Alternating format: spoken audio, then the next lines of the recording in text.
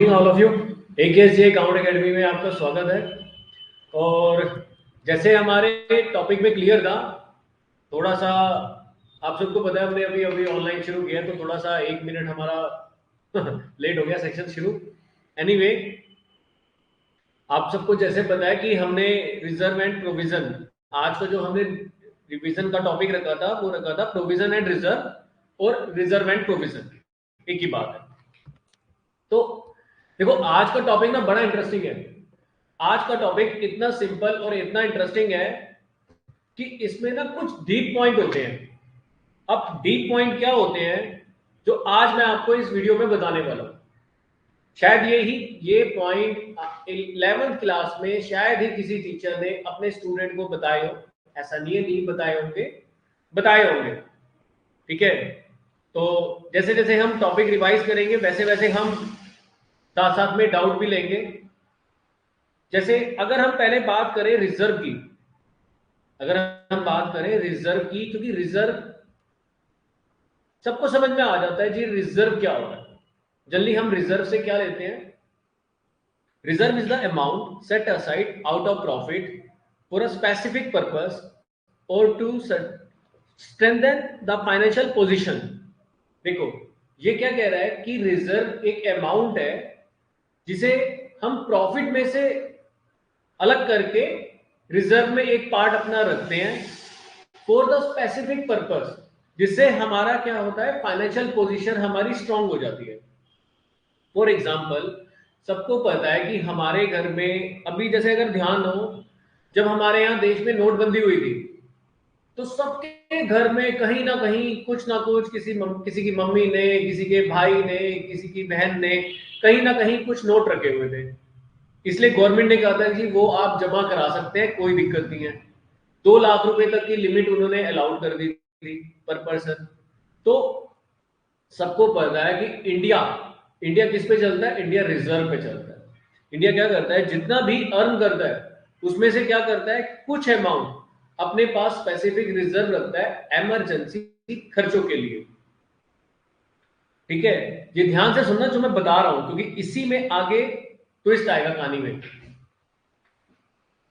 बड़ा सा ट्विस्ट है। अभी तक हम सब इसी को, अभी तक अगर मैं ये कहूं तो हम 11th में हम जो भी पढ़ते हैं हम यही सोच लेते हैं कि भाई हमें इतने पैसे हम कमाते हैं और इतने पैसे हमने जोड़ लिए, भाई है बिल्कुल ठीक है। तो ध्यान से सुनना वीडियो। तो अब होता क्या है, वो कह रहा है importance of reserve, expansion of business, improvement of financial position, reduction of liability, meeting unforeseen contingents, and meeting legal requirement such as debenture redemption reserve under the Company Act required by the income tax law। ये बड़ा deep point है, ये ध्यान रखना, इसके बारे में हम डिस्कस करेंगे बाद में। जो मैं कह रहा था कि meeting legal requirement such as debenture redemption reserve under the company act 2013 required by the income tax law. देखो, यही एक पॉइंट होता है जिसको मैक्सिमम हम लोग बस इतना ही समझ लेते हैं कि भाई रिजर्व है, पैसे बचा लिए, रिजर्व हो गया। 2 तरह के रिजर्व, एक रेवेन्यू, एक कैपिटल। ठीक है, रेवेन्यू रिजर्व में एक आपका, अब रेवेन्यू रिजर्व क्या होता है? रेवेन्यू रिजर्व होता है, एक होता है जनरल रिजर्व, एक होता है स्पेसिफिक रिजर्व। जनरल रिजर्व क्या होता है? मैंने जो पैसे सेव करे हैं, ठीक है, मैंने जो पैसे सेव करे हैं उस फंड को, उस पैसे को मैं डेली रूटीन में कोई भी मेरे पास सडनली ऐसा बड़ा खर्चा आ जाता है, बड़ा एक्सपेंस आ जाता है तो मैं उसमें यूज कर सकता हूं, उसको मैं बोलता हूं जनरल रिजर्व। तो ये किसका पार्ट है? Revenue reserve. तो रेवेन्यू रिजर्व के अंदर ही जनरल रिजर्व और स्पेसिफिक रिजर्व आता है। जनरली हम रूटीन में बोल देते हैं भाई जनरल रिजर्व और स्पेसिफिक रिजर्व, नहीं, एक होता है हमारा कैपिटल रिजर्व, उसके बारे में भी हम पढ़ेंगे। तो जनरल रिजर्व समझ में आया कि जो हम डेली रूटीन में जो एक्सपेंसेस होते हैं या जनरल किसी भी चीज के लिए, मुझे कोई मशीनरी परचेज करनी है या फिर मुझे कुछ वो करना है, क्योंकि मैंने जनरल काम के लिए रखा हुआ, मैं उसे कहीं पे भी यूटिलाइज कर सकता हूँ। ठीक है, तो ये क्या कह रहा है? General reserve is amount set aside out of profit not for any specific purpose, it can be use for any purpose as is considered appropriate such as in the event of contingency or expansion of business. Such reserve strengthens the financial position of the business. यहाँ पे देखो एक नया word आया था, कॉन्टीजेंस liability. ठीक है, कॉन्टीजेंस, तो ये भी हम बताएंगे कॉन्टीजेंट लायबिलिटी वगैरह क्या होती है। फिर आते हैं हम स्पेसिफिक रिजर्व पे।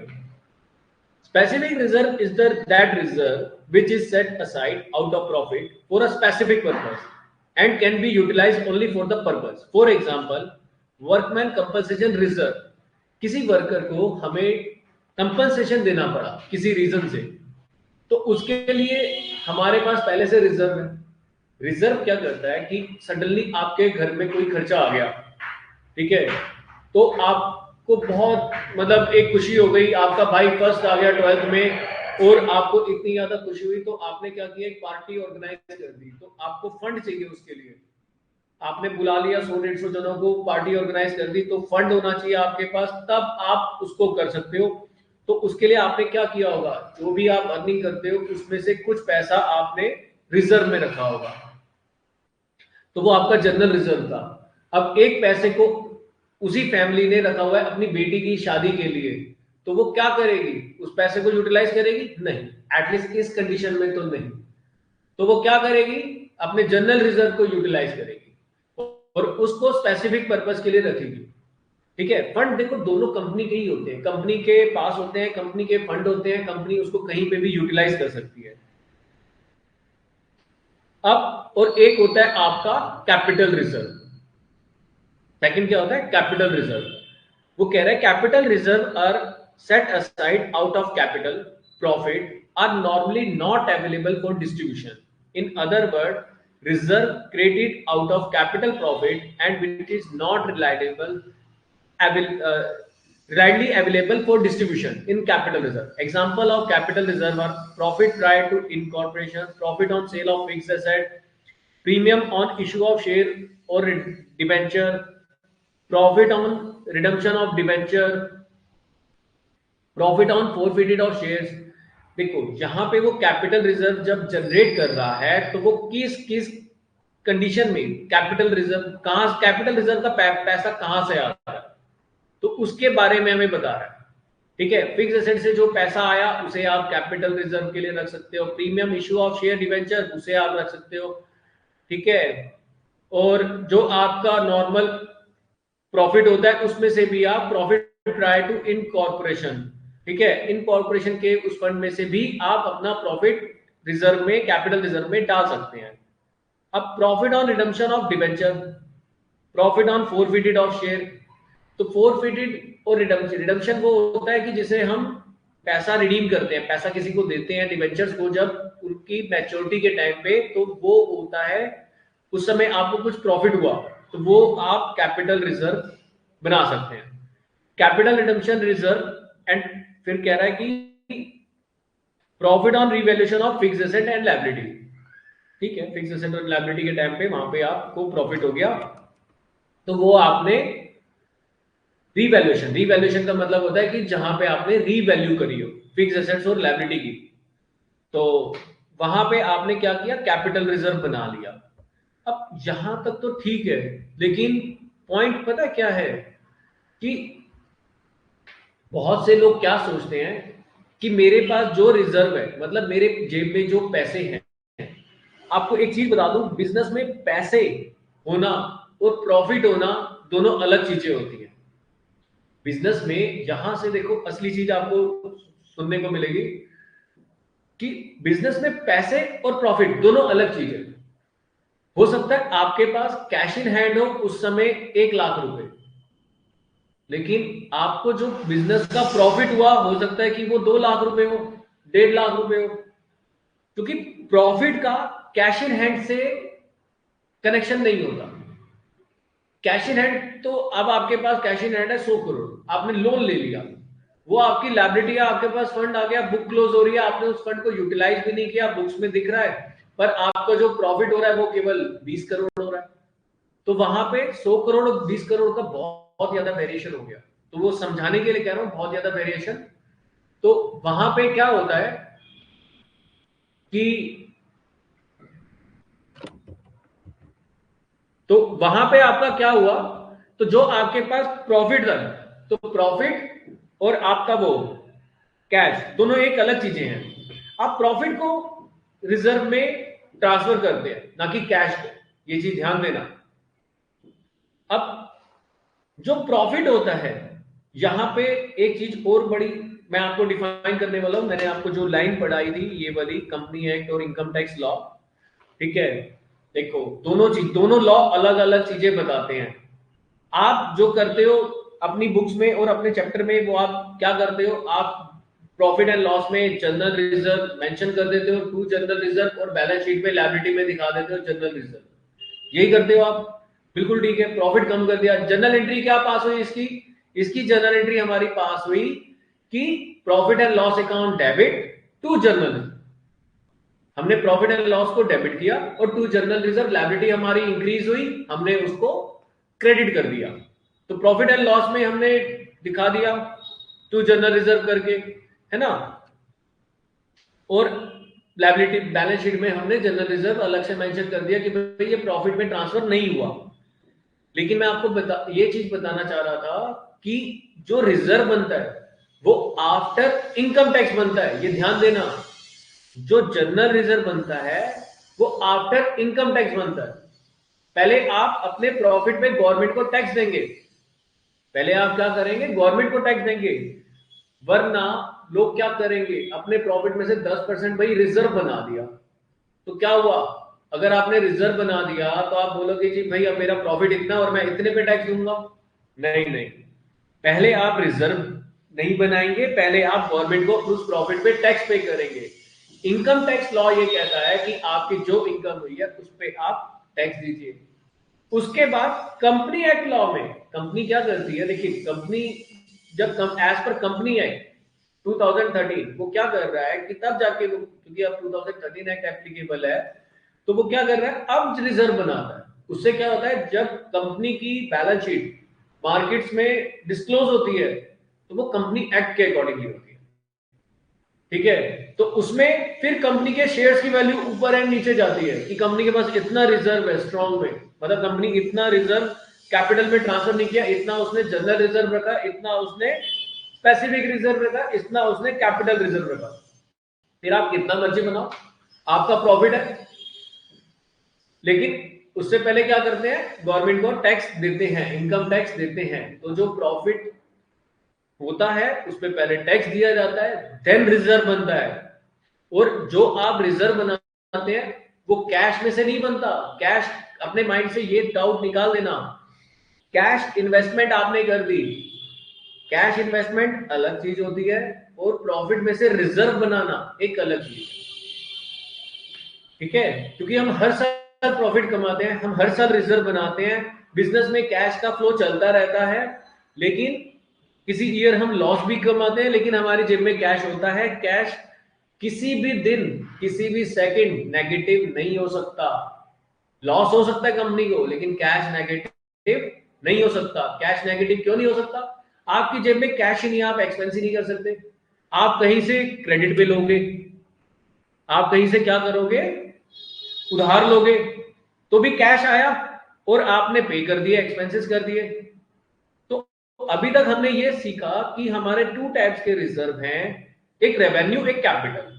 रेवेन्यू रिजर्व में मेरे जनरल और स्पेसिफिक आते हैं।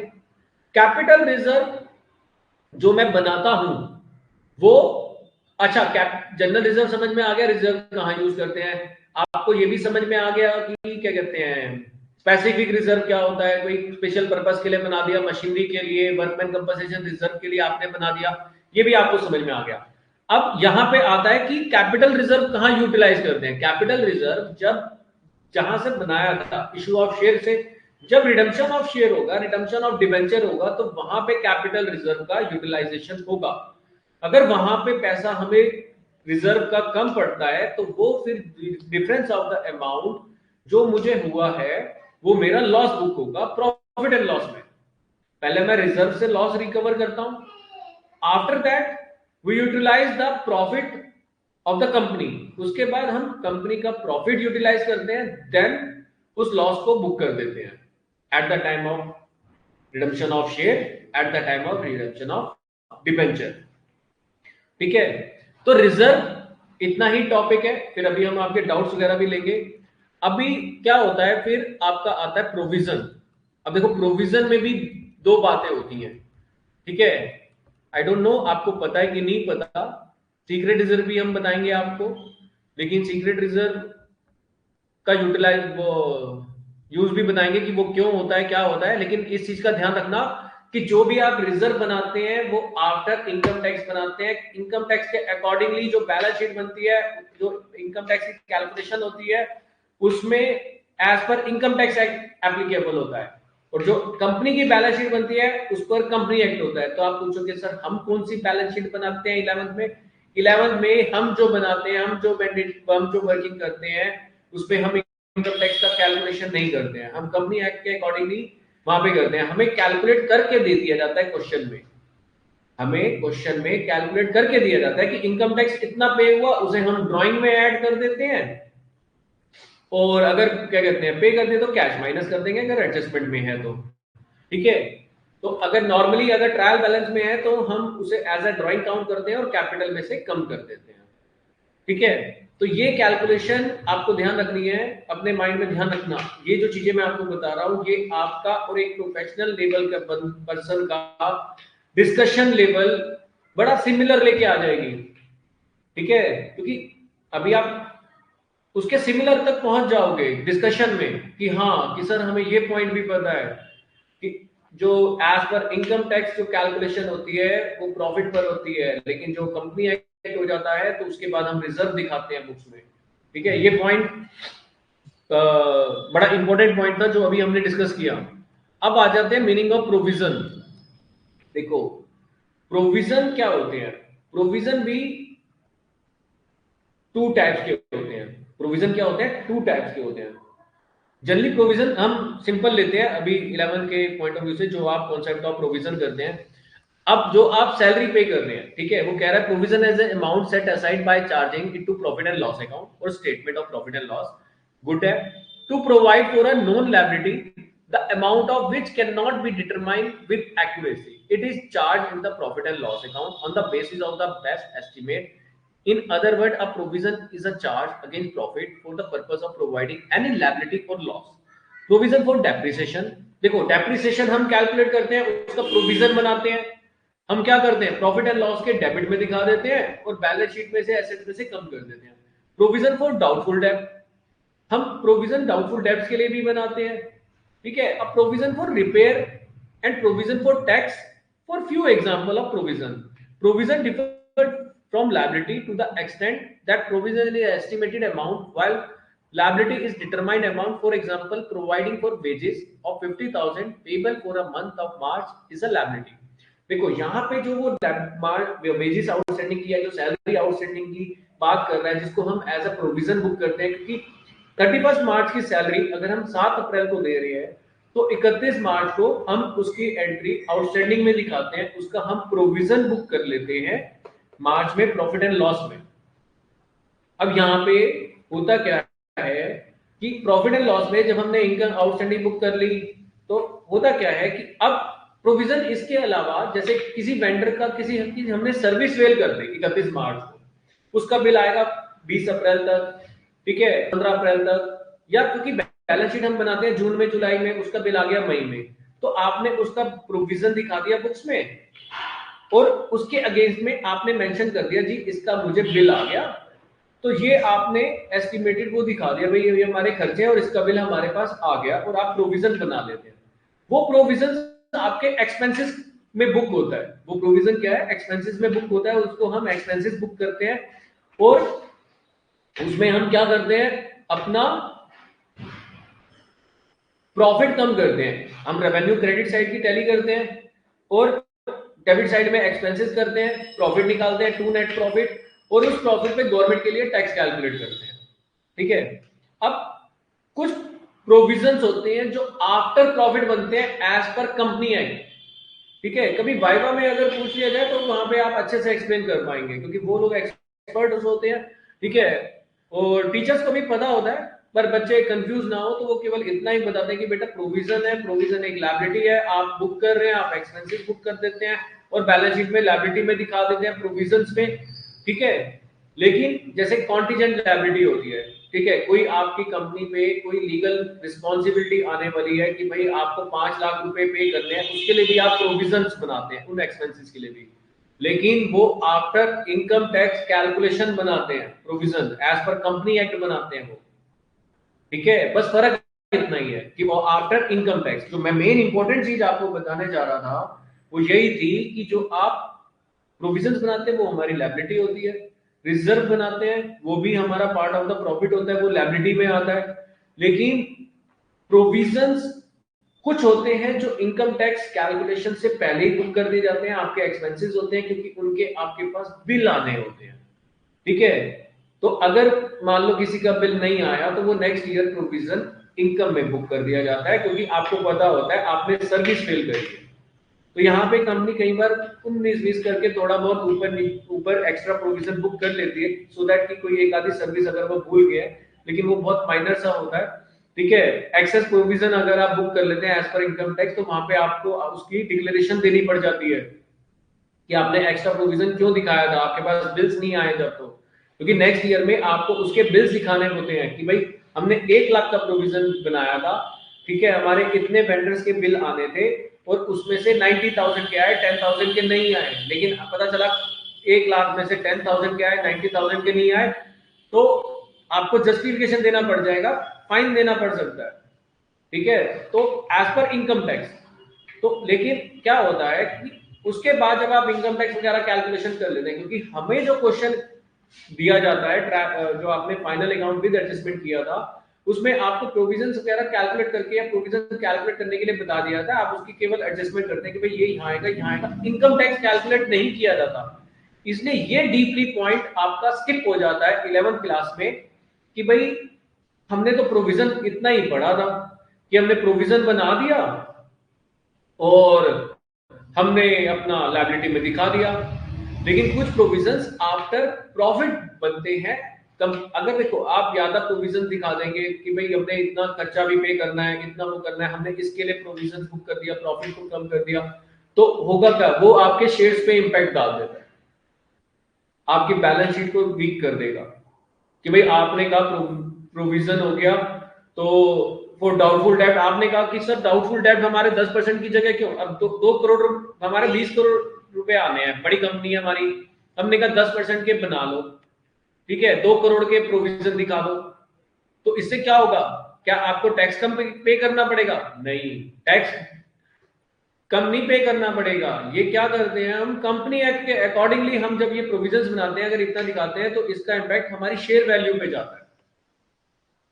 तो ये जो पॉइंट है, बस ये चीज ध्यान देने की बात है कि आपको बस एज अ प्रोफेशनल पता होना चाहिए कि व्हाट इज प्रोविजन, और प्रोविजंस आप कब बनाते हैं, जो आपके जेन्युइन एक्सपेंसेस है, सैलरी पे नहीं करी आपको पता है, आप उसको इनकम टैक्स लॉ के अकॉर्डिंगली भी एक्सपेंसेस में बुक करते हैं, आपने वेजेस पे नहीं करे आप बुक करते हैं, आपने कैब की सर्विस वाले का बिल आया था उसके लिए प्रोविजन बना दिया, क्योंकि अप्रैल में मई में उसका बिल आ गया, जून में आ गया, आपने दिखा दिया कि भाई मैंने प्रोविजन बनाया था, इसका बिल क्योंकि लेट आया और हमने उसको पे कर दिया, ठीक है। ये हम ऐसा क्यों करते हैं, क्योंकि हमारा रेवेन्यू रिकॉग्नाइज प्रिंसिपल कहता है कि इस साल के खर्चे इसी साल बुक करने हैं और इस साल की इनकम इसी साल बुक करनी है। तो जो हमने सर्विस वेल करी है वेंडर से, उससे जिस भी प्रोजेक्ट के रिगार्डिंग, तो उससे जो इनकम है वो इसी साल हो रही है, तो उसके एक्सपेंसेस भी इसी साल होने हैं बुक। तो जिनके बिल्स नहीं आए उनके लिए भी हम प्रोविजन, वेंडर के लिए प्रोविजन बुक करते हैं, पर उसमें हम एक्सपेंसेस अकाउंट डेबिट कर देते हैं। अब परचेज का है तो परचेज अकाउंट डेबिट हमने, और मान लो एसेट्स था, बिल नहीं आया तो एसेट्स हम डेबिट कर देते हैं, और बिल जो उस साथ में जो बुक है वो उसको एक्सपेंसेस बुक हो गया तो फिर प्रोविजन क्रेडिट कर देते हैं। फिर जब बिल आता है तो प्रोविजन को डेबिट करके टू बैंक कर देते हैं। उससे होता क्या है, पेमेंट भी हो गई, खर्चा भी एक हमारा बुक हो गया, और वो बिल हमने इनकम टैक्स डिपार्टमेंट में शो कर दिया, ठीक है। तो ये पॉइंट होता है। अब हम पूछते हैं, देखते हैं किसी का कोई डाउट या कुछ, किसी का कोई डाउट है क्या? जया, अंशी, ऋषिका, क्योंकि जो इनकम टैक्स वाला पॉइंट मैंने यहां पे बताया, ये आपको मतलब उस वर्डिंग में ही घूम रहे वो पॉइंट, कभी आपने मेरे ख्याल से शायद ही सुना हो आपके स्कूल में या वो, बाकी हमें जो अभी हम कर रहे हैं, हम कंपनी एक्ट के अकॉर्डिंगली सब ट्रायल बैलेंस वगैरह बना रहे हैं, हम प्रोविजन फॉर डेप्रिसिएशन दिखाते हैं, प्रोविजन फॉर डाउटफुल डेट दिखाते हैं, और सारे प्रोविजन बुक करते हैं प्रॉफिट एंड लॉस में, और प्रॉफिट कैलकुलेट कर लेते हैं और उसे कैपिटल में ऐड कर देते हैं। ठीक है, आप बोलोगे जी प्रॉफिट प्रोविजन बना दिया हमने डाउटफुल डेट का 2 करोड़ रुपए, तो इनकम टैक्स लॉ उसे अलाउ नहीं करेगा इनकम टैक्स कैलकुलेट करने के लिए, लेकिन कंपनी एक्ट अलाउ करता है, क्योंकि आपको अपनी कंपनी को स्ट्रॉन्ग पोजीशन में लेके जाना है। आप उसके लिए प्रोविजंस बना सकते हैं, रिजर्व बना सकते हैं, जो आपको डाउट हो उसके लिए। ठीक है, वो आपको अपने आप देखना पड़ता है कि भाई हमारी कंपनी की क्या पोजीशन पे क्या इंपैक्ट आएगा, कितने अमाउंट का प्रोविजन हमें दिखाना है, कितना अमाउंट का प्रोविजन हमें बुक करना है। ठीक है, तो ये जो हम आपको जो बता रहे हैं एक्स्ट्रा नॉलेज है, वो सिर्फ इसलिए है कि आप जब किसी डिस्कशन करें, कहीं वाइवा होता है या कुछ होता है, तो जब आप ये पॉइंट एक्सप्लेन करेंगे तो हो सकता है कि कितने बंदों को ही ना पता हो, लेकिन जो आपका वाइवा लेने आते हैं उनको पता होता है। आप टेंशन मतलब कि उनको नहीं पता होगा, उनको पता होता है। ठीक है, तो क्योंकि कई लोग बच्चे पूछते हैं कि सर प्रोविजन बना दो, वो फिर आपको वो तो करना ही नहीं पड़ेगा, क्या टैक्स नहीं देना पड़ेगा, टैक्स बच जाएगा आपका। तो ऐसा नहीं होता, टैक्स नहीं बचता। ठीक है, एक पॉइंट इसमें और था, एक बुक पढ़ लेते हैं, सीक्रेट रिजर्व। ठीक है, secret reserve is reserve as the existence and or the amount of which is not disclosed in the balance sheet, it also is also called hidden reserve। इसको हम और क्या बोलते हैं, hidden reserve। वो कह रहा है by charging excessive depreciation, by undervaluing stock in trade and goodwill, by creating excessive provision for bad debt and other contingent liability. मान लो हमें कोई लायबिलिटी है, हमें पता है कि भाई कोई कॉन्टीजेंट लायबिलिटी हमें पड़ने वाली है 5 लाख 10 लाख रुपए की, उसके लिए हम प्रोविजन बुक कर रहे हैं, तो हम यहाँ पे प्रॉफिट को हाइड कर जाते हैं। वो ठीक है, अब अपने मार्केट में अपनी बैलेंस शीट कैसे प्रेजेंट करनी है उसके अकॉर्डिंगली हम इन चीजों का यूटिलाइज करते हैं एज पर कंपनी एक्ट। ये ध्यान रखना, इनकम टैक्स नहीं बोलेगा कि आपने भाई डाउटफुल टैक्स बना लो 20%, डाउटफुल डेट बना लो 10%, तो मैं आपको टैक्स इस साल माफ कर देंगे और अगले साल वो कर दो। नहीं नहीं, हम क्या करेंगे, ये जो बना रहे हैं कंपनी एक्ट के अकॉर्डिंगली। आई होप ये सब क्लियर हो गया होगा। ये हम थोड़ा सा यूज कर लेते हैं अपनी विंडो ड्रेसिंग के अकॉर्डिंगली कि भाई बैलेंस शीट कैसे प्रेजेंट करनी है। ये हमारी अकाउंटिंग की लिमिटेशंस हैं, ये सबको पता है। ठीक है, स्टॉक की वैल्यू हम अप एंड डाउन कई बार कर लेते हैं, हम अपना रिजर्व प्रोविजंस इंक्रीज डिक्रीज दिखा देते हैं। ठीक है, तो वो इसके रूट पॉइंट है, वो है उसमें नो डाउट। ओके, एक डाउट आया ऋषिका। हाँ जी ऋषिका। सर कॉन्टिजेंसी क्या होता है? कॉन्टीजेंट लायबिलिटी क्या होता है? वेरी गुड, जया ने नहीं पूछा, जया से पूछा। जया आपको पता है कॉन्टीजेंट लायबिलिटी क्या होता है?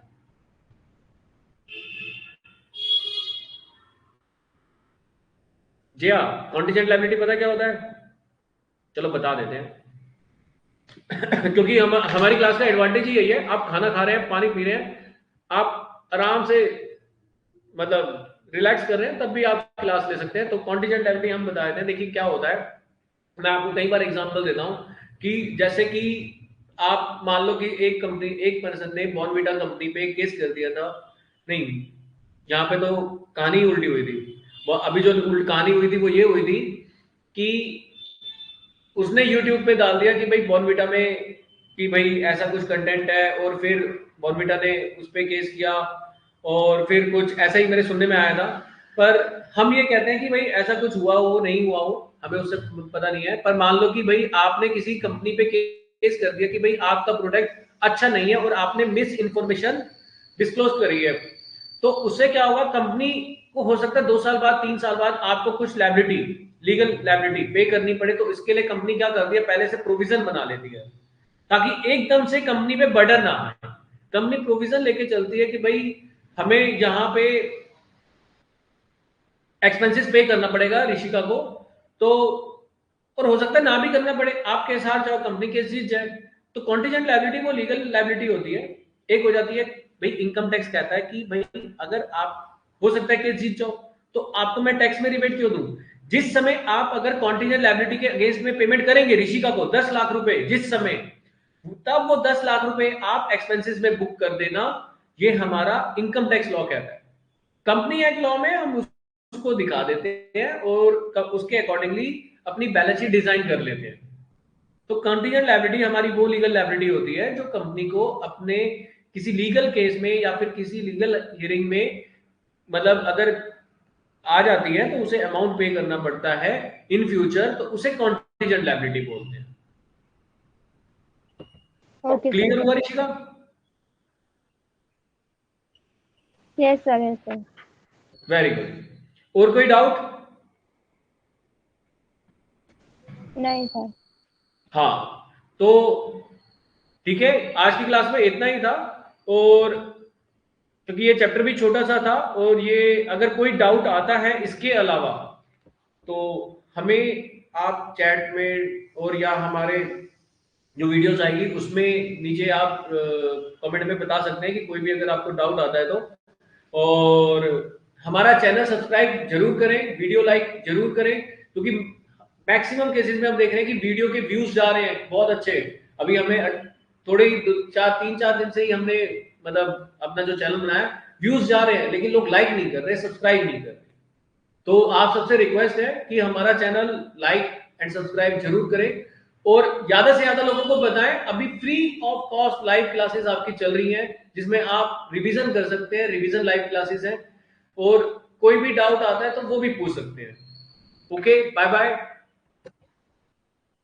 Good day, bye sir. Bye bye.